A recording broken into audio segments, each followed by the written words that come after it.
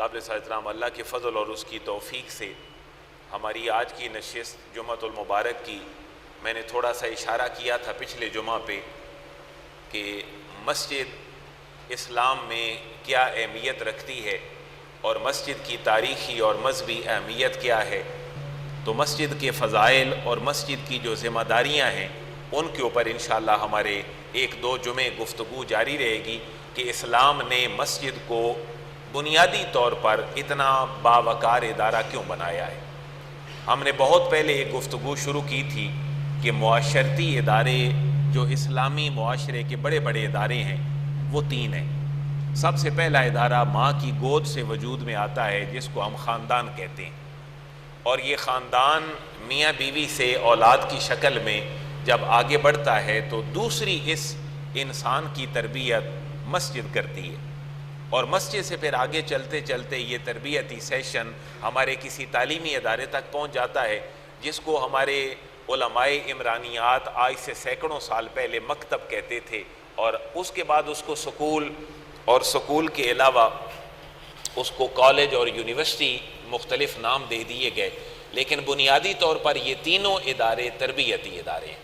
Number 1 خاندان. پہلا تربیتی ادارہ کون سا ہے؟ خاندان ہے، اور ماں کی گود ہے اور باپ کی شفقت ہے. جب بندہ یہاں سے تربیت لے کر آگے جاتا ہے تو سیکنڈ فیز اس کی تربیت کا کہاں سے شروع ہوتا ہے؟ مسجد سے. اور اس کا تھرڈ فیز تربیت کا وہ کہاں سے شروع ہوتا ہے؟ سکول سے، مدرسہ سے، سکول سے، مکتب سے، کالج سے، آپ اس کو جو بھی نام دے دیں. پھر ہمارے ہاں تو یہ اب ایک رواج بن گیا چھوٹی چھوٹی کلاسوں کا کہ یہ پہلے کچی اور پکی ہوتی تھی، پھر پہلی دوسری، آج مختلف نام ہیں، لیکن یہ سارے تربیتی ادارے ہیں. ذرا ان کی عمروں کو اگر ڈیفائن کریں تو بچہ کتنی عمر میں کہاں رہ کر کیا سیکھے گا. اس لیے یہ بڑا جو پوائنٹ ہے یہ نوٹ کرنے والا ہے کہ بچے کی عمر کو آپ تقسیم کر دیں. بچہ بالغ کتنی عمر میں ہوتا ہے؟ بلوغت کی کوئی عمر نہیں ہے. شریعت نے بالغ ہونے کی کوئی عمر اسپیسیفائی نہیں کی کہ بچہ 11 سال کا بالغ ہوگا، 12، 13، 14، 15، 16، 17 نہیں. شریعت نے اس کے سائنز بتائے ہیں، اس کی نشانیاں بتائی ہیں. بچے کی داڑھی آ جائے، بچے کی مونچھ نکل آئے، اس کا گلا جو ہے وہ پھٹ جائے، اور اس کے علاوہ وہ سوئے. اللہ کے حبیب کے زبان اقدس کے الفاظ ہیں کہ وہ اپنے کپڑوں کو تر دیکھے. بہت بڑی بات بڑے شرم و حیا والے جملے میں سمجھا دی کہ ایک بچہ سوئے اور سو کے جب اٹھے تو اپنے کپڑوں کو گیلا دیکھے تو سمجھو کہ وہ کیا ہو گیا؟ بالغ. یہ 11 سال کا بھی ہو سکتا ہے اور 14 کا بھی، لیکن عمومی طور پر ہمیں مختلف قسم کی احادیث ملتی ہیں. حضرت عبداللہ رضی اللہ تعالیٰ عنہ حضرت عمر کے بیٹے تھے. انہوں نے حضور کے سے جہاد پہ جانے کی اجازت مانگی، حضور نے نہیں دی. اگلے سال مانگی تو حضور نے دے دی. تو پہلے سال جو آپ کی عمر تھی وہ 14 سال تھی، اور اگلے سال جب حضور سے اجازت مانگی اور حضور نے دے دی تو تب آپ کی عمر ہو چکی تھی 15 سال. اس سے فقہا نے یہ استدلال کیا کہ بچہ 15 سال کی عمر میں بالغ ہو جاتا ہے. لیکن بلوغت کی شرعی لحاظ سے کوئی ایگزیکٹ عمر سالوں، مہینوں اور دنوں کے اعتبار سے متعین. پاکستان کی بلوغت کی عمر آئین میں کوئی بھی ہو سکتی ہے، کسی اور ملک کی بھی ہو سکتی ہے. لیکن آپ اگر تینوں بنیادی اداروں کو دیکھیں تو خاندان، مسجد اور مدرسہ یا سکول یا کالج، ان تینوں میں بچے کی عمر کو ذرا ڈیوائیڈ کریں تو بچہ کہاں کہاں کیا سیکھتا ہے. خاندان کی ذمہ داری بچے کی تربیت کی کتنے سال تک ہے؟ چھوٹا سا سوال ہے. آپ سارے ہم جہاں دیدہ لوگ ہیں، اولادوں والے ہیں. ماں باپ کی تربیت کی ذمہ داری اپنے بچے کے لیے اس کی سالوں عمر کے اعتبار سے کتنے سال تک ہے؟ 1 سال، 2، 3، 4، 5، 6، 7 سال. وجہ شریعت نے اس کو کہا کہ 7 سال کا ہو جائے تو اس کو نماز کا حکم دو، اور جب 10 سال کا ہو جائے تو پھر سختی سے پنشمنٹ کر کے اس کو نماز پڑھاؤ. تو یہاں سے ہمیں ایک اصول مل رہا ہے کہ ماں باپ کی گود میں بچے کا سیکھنا کتنی عمر تک ہے؟ 7 سال عمر تک ہے. اس کے بعد بچہ آپ بھیج دیں مسجد میں. مسجد میں 7 سے لے کر جو 10 سال کا پیریڈ ہے بچے کی عمر کا، یہ مسجد کی ذمہ داری ہے کہ مسجد اس کی تربیت کرے گی. مجھے آج بھی یاد ہے، ہم جہاں پڑھتے تھے اس کو مکتب کہتے تھے ہمارے گاؤں میں. تو اس کے بعد وہ پہلی دوسری تیسری کا جو ہے وہ رواج ہوا. تو 3 سال جو تعلیم ہے بنیادی طور پر وہ آپ کی مسجد کے ذمہ.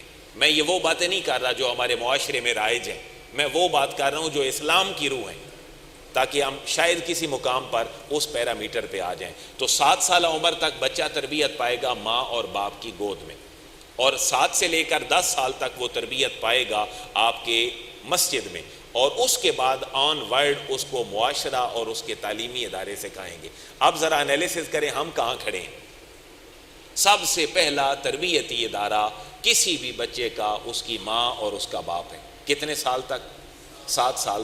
ان 7 سالوں میں بچہ آپ کے بنیادی سکیچ اپنے ذہن میں بٹھا دیتا ہے. اگر کوئی غلط سکیچ اس کے ذہن میں بیٹھ گیا, کوئی غلط چیز اس کے ذہن میں کاپی ہو گئی, کوئی چیز بھی انسٹال ہو گئی, وہ ساری عمر کسی اور کی تربیت سے نہیں نکل سکتی. اس کے لیے ایک چھوٹی سی بات اور ضمناً ایڈ کر دیں کہ قرآن نے ہمیں 3 مقامات پر نابالغ بچوں کو والدین کی پرائیویٹ لائف میں بھی جانے سے منع کیا تھا.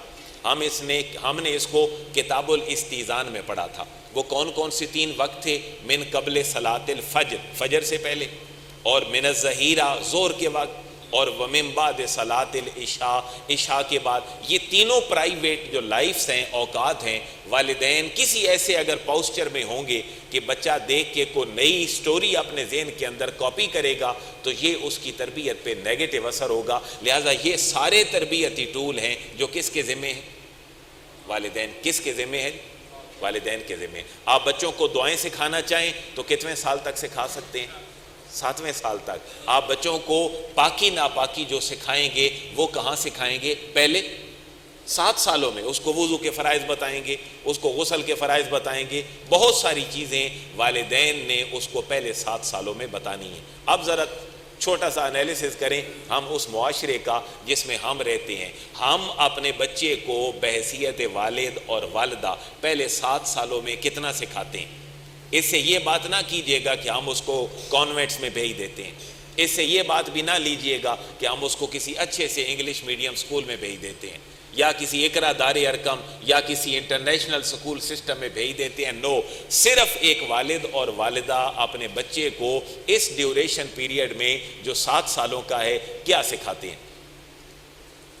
کوئی سکیچ ذہن میں؟ ہمارے ہاں معاشرے میں, ہماری سوسائٹی میں 98% کوئی سکیچ نہیں ہے کہ والد اور والدہ اپنے بچوں کو پہلے 7 سالہ عمر میں کیا سکھائیں گے. یا ہے جی کوئی ایسا؟ ہمیں نظر نہیں آتا. پھر پتہ چلا کہ ایک ریورس اسلام نے تعلیم و تربیت کا نظام بھی قائم کیا ہے. اگر 7 سالوں میں والدین بچے کو کچھ نہیں سکھا پاتے تو شریعت نے کہا ہے کہ والدین خود نااہل ہیں. والدین خود نااہل ہیں. یہ جب بالغ ہو گئے ہیں, بڑے ہیں, ان کی اولادیں ہو گئیں, یہ تربیت کا فریضہ پورا نہیں کر رہے, شریعت کہہ رہی ہے ریورس گیئر لگاؤ, ان کو پڑھانا شروع کر دو. ان کو پڑھانے کے لیے شریعت نے پھر کون سا ادارہ رکھا ہے؟ مسجد. بڑوں کو پڑھانے کے لیے اور بڑوں کی تربیت کے لیے پھر شریعت نے کون سا ادارہ رکھا ہے؟ مسجد رکھا ہے. میں نے 3 جمعے مسلسل اس پہ پڑھائے ہیں کہ جمعہ تعلیم بالغاں کا ایک بہت بڑا سیشن ہے, اور جب تک یہ اپنی روح کے مطابق واپس نہیں آئے گا ہمارا معاشرہ کبھی سنور نہیں سکتا. اس لیے میں نے 3 اداروں پہ چھوٹی چھوٹی باتیں آپ کو کہہ دی ہیں کہ معاشرہ ترقی نہیں کر سکتا جب تک خاندان نہیں پڑھے گا. اب یہاں پہ ہمارا یہ مسئلہ بھی حل ہو گیا کہ کیا اسلام عورت کی پڑھائی کو برداشت نہیں کرتا؟ کیا اسلام کہتا ہے کہ عورت نہ پڑھے؟ نہیں. اماں عائشہ سے 2210 احادیث مبارکہ حلال و حرام کی مروی ہیں جو امت کی ساری عورتوں تک پہنچی. کتنی جی؟ 2210. 2210 احادیث مبارکہ صرف اماں عائشہ سے مروی ہیں جو تمام امت تک تعلیم کے اعتبار سے پہنچی ہیں. کیا اماں عائشہ یا کوئی بھی عورت مردوں کو پڑھا سکتی ہے؟ ہمیں تاریخ اسلامی میں یہ بات نظر آتی ہے کہ اماں عائشہ پردے میں بیٹھ کر ان لوگوں کو بھی پڑھاتی تھیں جو بعد میں فقہائے مدینہ کے نام سے مشہور ہوئے. جو بڑے بڑے فقہا, کیونکہ صحابہ کی 2-3 کیٹیگریز ہیں. کچھ صحابہ وہ ہیں جو مجاہد صحابہ ہیں جن میں سے بہت بڑا نام حضرت خالد بن ولید کا ہے. کچھ صحابہ ایسے ہیں جو روایات میں اپنا نام رکھتے ہیں جیسے حضرت ابو ہریرہ رضی اللہ تعالیٰ عنہ. آپ کبھی بھی جہاد کے میدان میں حضرت ابو ہریرہ کی کوئی بہادری نہیں سنیں گے کہ سنی ہے کبھی؟ نہیں، کیوں کہ آپ کی اسپیشلائزیشن ہی وہ ہے کہ آپ احادیث کو آگے پہنچاتے رہے. تو وہ صحابہ جو فقیہ صحابہ تھے، جو دین میں بڑے رسوخ رکھتے تھے، ان کو پڑھانے کا سہرا اگر کسی کے سر ہے تو وہ اماں عائشہ رضی اللہ تعالیٰ عنہ کے سر ہے. میری اتنی ساری باتوں کے بعد اب آپ کو پہلا سبق یہ ملنا چاہیے کہ والدین اپنی ضروریات بچوں کی تربیت والی پوری نہیں کر رہے. اس لیے اپنے ذہن میں یہ بٹھا لیں، آپ کی اکیڈمی آپ کی بچوں کے لیے سفیشینٹ نہیں ہے. آپ کا سکول آپ کی تربیت کے اعتبار سے ایک ہے انفارمیشن، بچے کو 1 2 سکھا دیا، 1 2 سکھا دیا، ABC سکھا دی، چھوٹی اور بڑی دونوں سکھا دی، یہ بچے کی تربیت نہیں ہے، یہ بچے کی تعلیم ہے. تربیت کا فریضہ اس کی ماں اور اس کے باپ نے سر انجام دینا ہے. اور شریعت نے چھوٹے چھوٹے ٹول بتائے ہیں. جب سونے لگو تو بچوں کو دعا پڑھا کے سویا کرو، جب اٹھاؤ تو بچے کو دعا پڑھا کے اٹھاؤ، جب گھر سے سکول جانے لگے تو اس کو دعا پڑھا کے بھیجیں، جب بازار آپ جائیں تو بازار کی دعا اللہ کے نبی نے ہمیں بتائی. اس پہ بھی انشاءاللہ ہم پورا 1 2 جمعے کریں گے کہ اللہ کے حبیب نے اپنی زندگی میں کس وقت اور کون سی دعائیں مانگی.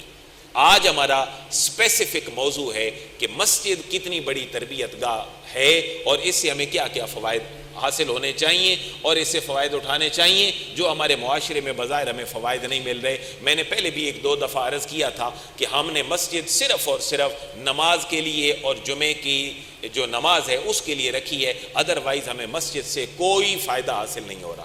کہ ہو رہا ہے ہمارے معاشرے میں ہونا یہ چاہیے، خواتین اگر مردوں کے اجتماع میں نہ بھی آئیں تو کم از کم معلمات مسجد میں عورتوں کو پڑھانے کے لیے صبح 9 سے لے کر ظہر کی نماز سے پہلے تک متعین ہوں، تاکہ وہ معاشرے کی، محلے کی اور مسجد سے جتنی ایسوسیشنز ہیں جن گھروں کی، ان کا ایک تعلق قائم ہو اور خواتین پڑھ سکیں.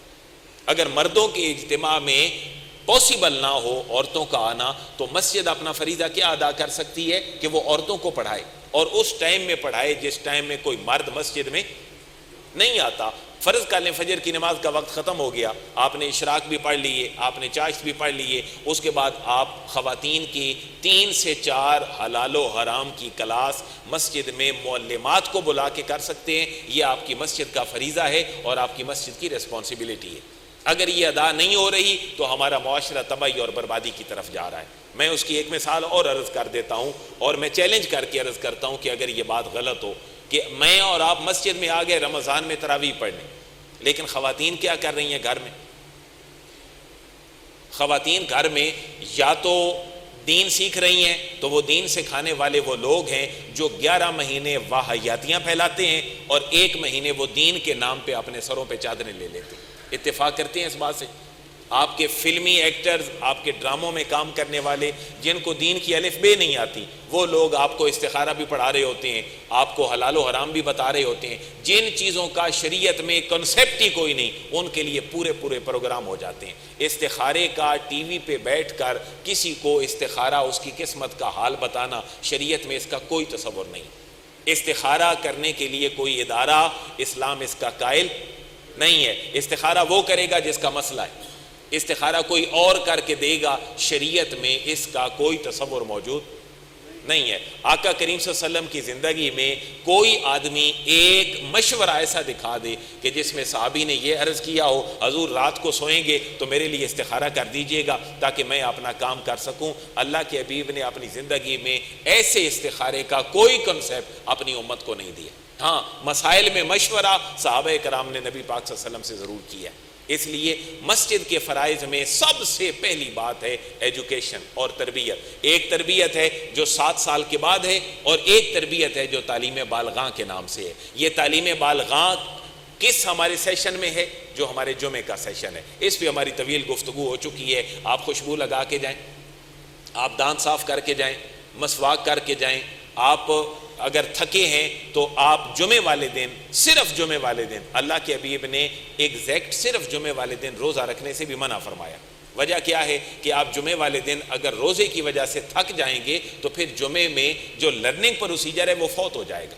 ایسا نہیں تھا کہ لوگ اے سی چلا کے اپنی گاڑی میں مسجد کی طرف آئے اور اے سی مسجد میں بیٹھ گئے. آج تو یہ دور آ گیا، لیکن اس سے پہلے صحابہ کرام فقہا تابعین دور دور سے پیدل چلتے آتے اور جمعے کی تعلیمات لیتے، تو اللہ کے حبیب نے منع فرما دیا اگر کوئی صرف جمعے والے دن روزہ رکھے تو وہ روزہ نہ رکھے، کیونکہ جمعے والے دن اس کی ایکٹیویٹیز ہیں لرننگ پروسیجر کی. ہاں اگر اس کی عادت ہے ساری زندگی سے اور اس کو ہلکان فیل نہیں ہوتی، وہ تھکاوٹ فیل نہیں کرتا، تو پھر جمعے والے دن بھی وہ روزہ رکھ سکتا ہے. تو اب مسجد کی طرف اگر ہم دیکھیں، اللہ کے حبیب کی زندگی میں حضور جہاں بھی تشریف لے گئے، یہ میری اس گفتگو کا آپ بنیادی ایک فیز سمجھ لیں، اللہ کے حبیب جہاں بھی تشریف لے گئے سب سے پہلے آپ نے وہاں پر مسجد کی بنیاد رکھی.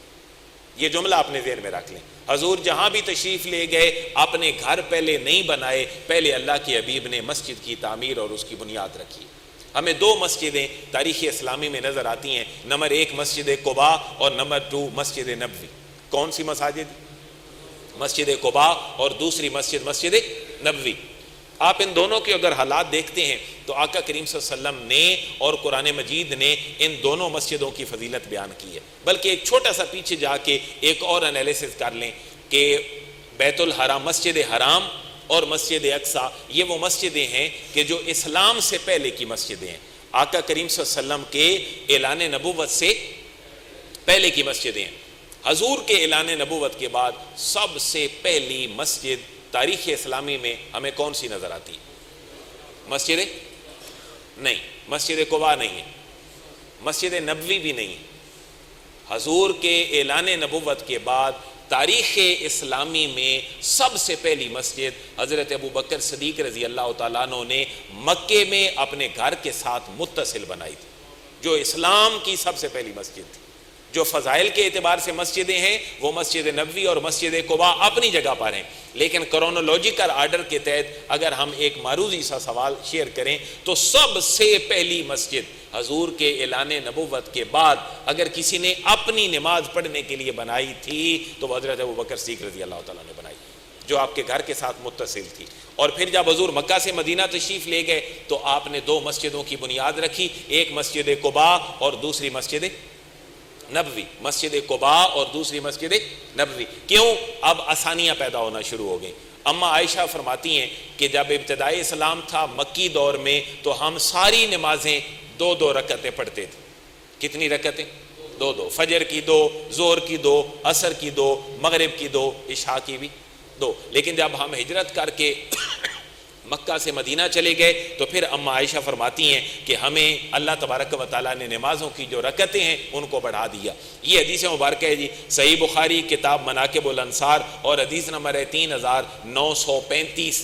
اس کے اندر اما عائشہ فرماتی ہیں فرضت الصلاۃ رکعتین، پہلے نمازیں جو فرض تھیں وہ کتنی رکعتیں تھیں؟ 2 رکعتیں تھیں. ثم ہاجر النبی، پھر آقا کریم صلی اللہ علیہ وسلم نے کیا فرمائی؟ ہاجرہ، ہجرت فرمائی. اور ففرضت 4، پھر نمازیں 2 کے بجائے 4 رکعتیں فرض ہو گئیں.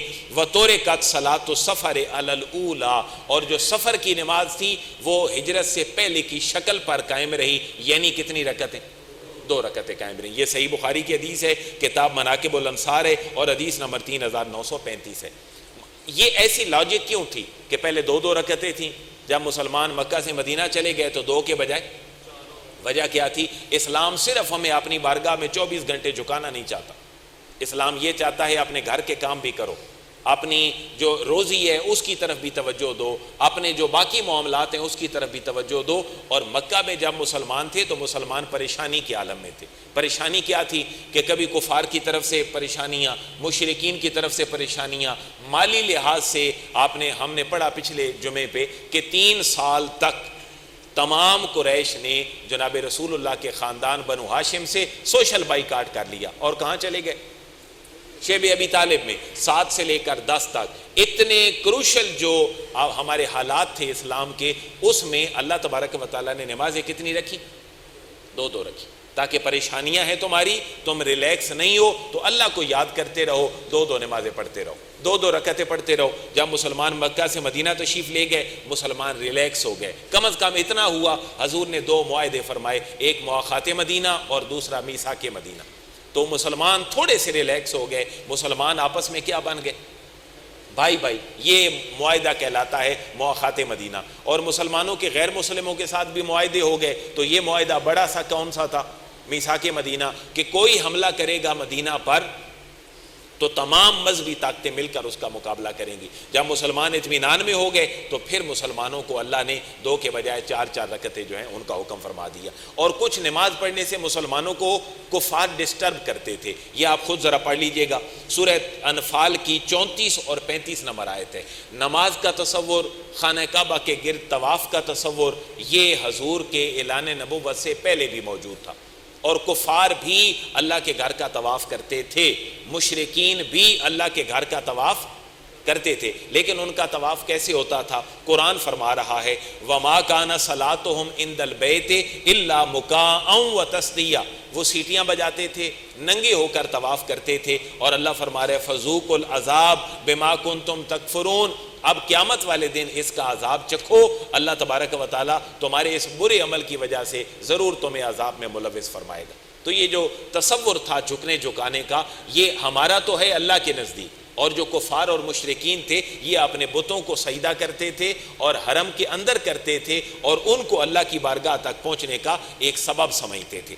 اور پھر جب حضور مکہ سے مدینہ تشریف لے گئے تو مسجد قباء اور مسجد نبوی کے ساتھ منافقین نے پہلے ایک اور مسجد بھی تعمیر کی. کوئی دوست جانتا ہے وہ مسجد کا نام کیا تھا؟ مسجد زرار.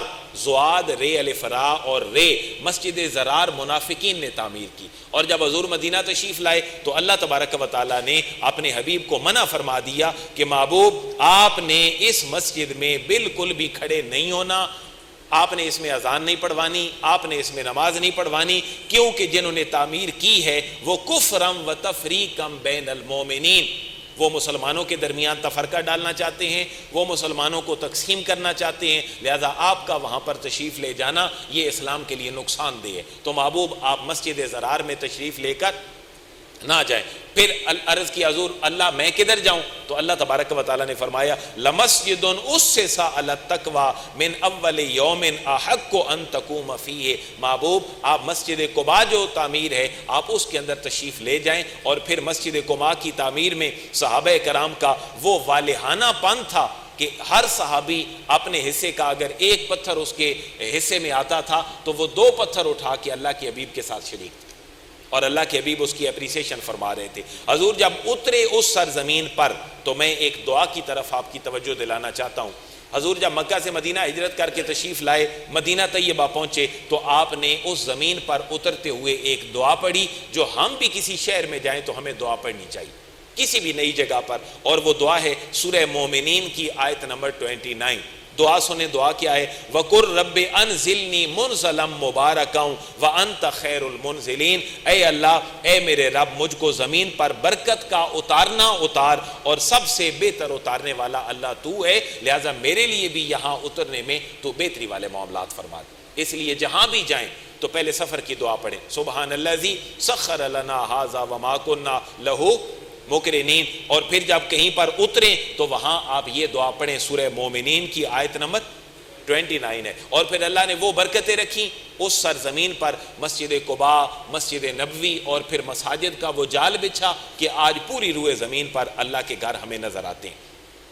پھر جب یہ آیت مبارکہ اتری مسجد قباء کے بارے میں تو اس کے اندر اللہ نے قباء والوں کی فضیلت بیان فرمائی. یہ بڑی ایمان افروز بات ہے. اللہ تبارک و تعالیٰ نے فرمایا محبوب آپ مسجد تقویٰ کے اندر کھڑے ہوں، یہاں نماز پڑھیں. فیہ رجال یحبون ان یتطہروا واللہ یحب المطہرین. فرمایا محبوب اس کے اندر جو رہنے والے لوگ ہیں یہ بڑے کمال طریقے پر اپنی طہارت کا بندوبست کرتے ہیں، اور طہارت کا بندوبست کرنے والا مجھے بڑا پسند ہے. لہذا محبوب آپ اس قبیلے میں جائیں، یہ پاکی کو بڑا پسند کرتے ہیں.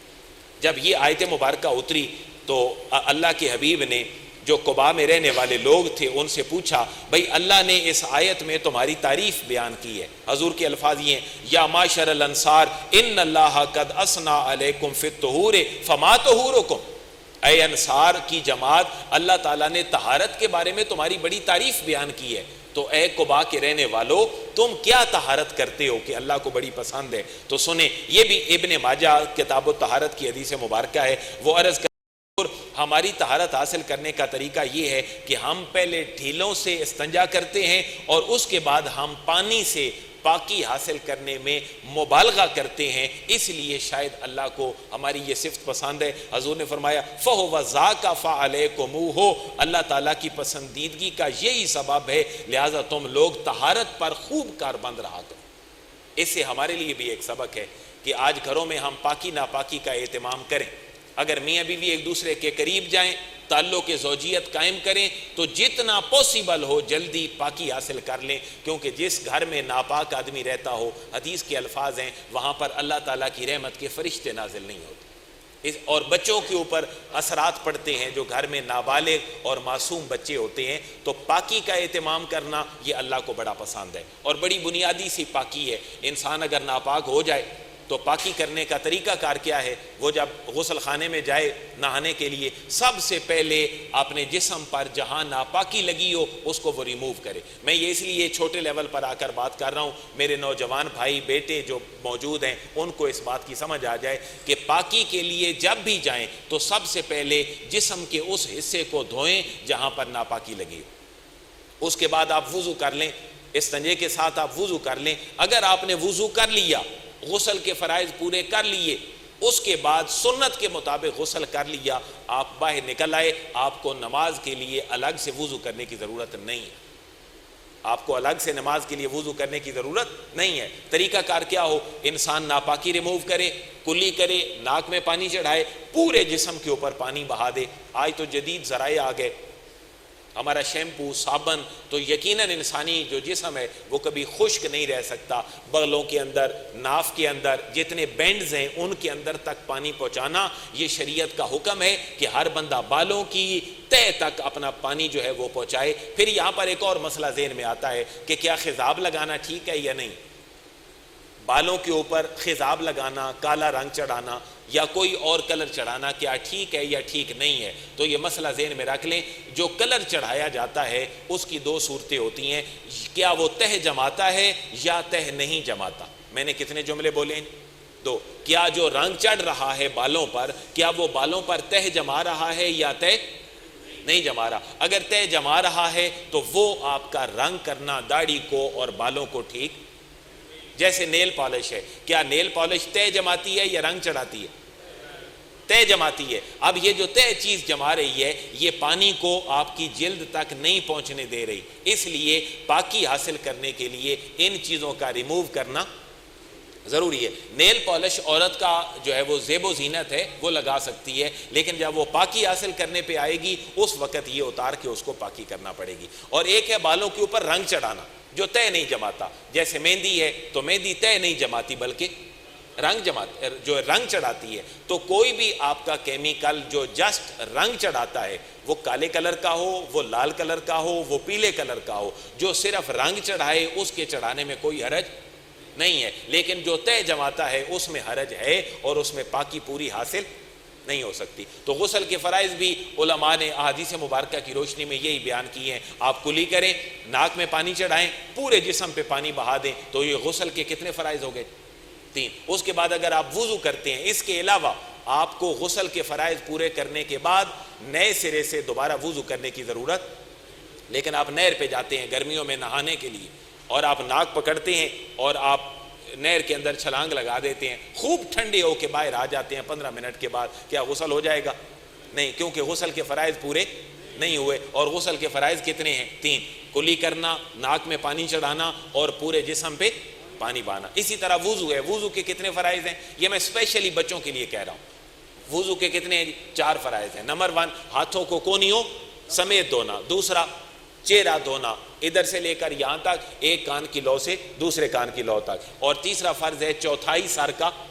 چوتھائی سر کتنا ہے؟ جتنی اس کی پیشانی ہے۔ یہ اللہ نے نظام قدرت رکھا ہے، جتنی جس کی پیشانی ہے وہ اس کا چوتھائی سر کنسیڈر ہوگا۔ اور چوتھا فرض ہے آپ کے پاؤں کو آپ کے ٹخنوں سمیت دھونا۔ یہ آپ کے 4 فرائض ہیں۔ اگر یہ پورے ہو گئے آپ کو طہارت نصیب ہو گئی۔ اور پھر اللہ کے حبیب نے فرمایا جو گھر سے چلے، وضو کر کے چلے، مسجد میں آئے، 2 رکعت پڑھے، ابھی وہ سلام نہیں پھیرے گا، اس کو اگر سجدہ صاحب نہیں ہوگا اللہ اس کے گناہ معاف فرما دے گا۔ یہ صحیح حدیث مبارکہ ہے۔ جو گھر سے چلے طہارت کر کے چلے، بلکہ مسجد قباء کے بارے میں تو اللہ کے حبیب نے فرمایا من تطہر فی بیتہ، جو اپنے گھر سے طہارت حاصل کر کے آئے، ثم اتا مسجد قباء، پھر کہاں آئے؟ مسجد قباء آئے، فصلی فیہ صلاۃً، اس میں پھر نماز پڑھے، کان لہ کاجر عمرۃ، اللہ تعالیٰ اس کو عمرہ ادا کرنے کا ثواب عطا فرما دے۔ اچھا کبھی سوچا ہے آپ نے کہ مسجد نبوی میں وضو کر کے جانے کا اس طرح حکم نہیں ہے جیسے فضیلت مسجد قباء کی ہے؟ حضور نے فرمایا جو گھر سے وضو کرے اور کہاں آئے، لیکن یہ نہیں فرمایا جو گھر سے وضو کرے اور مسجد نبوی ہے۔ اس کے اندر لاجک کیا ہے؟ کیونکہ اللہ نے قباء والوں کی فضیلت بیان کی ہے کہ وہ طہارت خوب حاصل کرتے تھے، اور اللہ کے حبیب فرما رہے ہیں کہ قباء والے، بنو عمر بن عوف والے، یہ طہارت کو بہت زیادہ پسند کرتے ہیں، تو تم اپنی گندگی کو ان کے شہر میں نہ پھینکو، اپنے گھر سے طہارت حاصل کر کے آؤ اور ان کے پاک محلے میں آ کر نماز پڑھو، اللہ تمہیں عمرے کا ثواب عطا فرما دے۔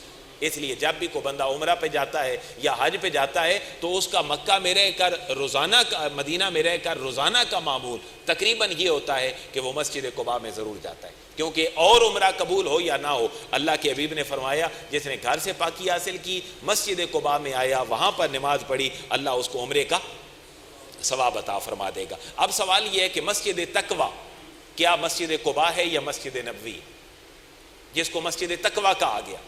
دو روایات ہیں۔ قرآن نے جس کو مسجد تقویٰ کہا ہے وہ مسجد قباء ہے، جس مسجد کو قرآن نے مسجد تقویٰ کہا ہے وہ کون سی مسجد ہے؟ مسجد قباء ہے۔ اور آقا کریم صلی اللہ علیہ وسلم نے اس مسجد کی فضیلت کے بعد اپنی زبان مبارک سے جس مسجد کو مسجد تقویٰ کہا ہے وہ مسجد نبوی، لہذا دونوں ہی مسجد تقویٰ ہے۔ مسجد قباء اس لیے تقویٰ ہے کہ اس کو تقویٰ والی مسجد کس نے کہا؟ اللہ نے فرمایا ہے، اور مسجد نبوی اس لیے جو ہے وہ مسجد تقویٰ ہے کیونکہ اس کو مسجد تقویٰ کس نے کہا ہے؟ اللہ کے حبیب نے فرمایا ہے۔ اور پھر جب مسجد نبوی کی تعمیر ہو رہی تھی تو اس کا سکیچ کیا تھا؟ حضور جب مدینہ تشریف لائے تو ایک زمین تھی جو دو یتیم بچوں کی تھی، جن کا نام آپ نے سنا ہوگا، کیا تھا؟ سہل اور سہیل۔ سہل اور سہیل، یہ دو بچے تھے یتیم جو حضرت اسد بن زرارہ کی تربیت کے اندر تھے۔ اور دو معروضی سوال اور ذہن میں رکھ لیں، یہ عموماً انٹرویو میں بھی پوچھے جاتے ہیں کہ معلم مدینہ کس کو کہا جاتا ہے؟ جو سب سے پہلے مدینہ طیبہ گیا، اس نے اسلام کی تعلیمات پھیلائیں، وہ ہیں حضرت مصعب بن عمیر۔ کون ہے؟ حضرت مصعب بن عمیر۔ اور حضرت مصعب بن عمیر کی تعلیمات سے پھر وہاں پر جو دین رائج ہوا، اس کے سب سے پہلے امام حضرت اسد بن زرارہ ہے۔ اور جنت البقیع کے پہلے مدفون وہ بھی کون ہے؟ حضرت اسد بن زرارہ ہیں۔ تو جب مسجد نبوی کی تعمیر ہو رہی تھی تو صحابہ کرام اور سرکار دو عالم علیہ تحیت و ثنا سارے مسجد نبوی کی تعمیر میں حصہ لے رہے تھے، اور جس بندے کی جیب سے پیمنٹ کی گئی مسجد نبوی کی جگہ کی، وہ کون تھی؟ حضرت ابوبکر صدیق رضی اللہ تعالیٰ عنہ تھے۔ تو آج اگر مسجد میں کوئی اپنا حصہ ڈالتا ہے تو وہ یقیناً کس کی سنت پہ عمل کرتا ہے؟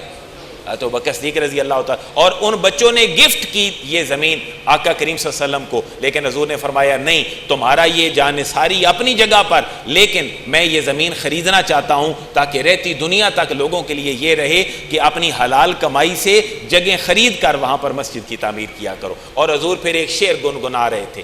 حضور کا شعر پڑھنا کیسا تھا؟ اللہم ان الاجر اجر الاخرہ، اے اللہ اجر تو بس آخرت کا اجر ہے، اجر تو بس آخرت کا اجر ہے۔ فرحم الانصار والمہاجرہ، اللہ انصار اور مہاجرین کے اوپر اپنی رحمت نازل فرما۔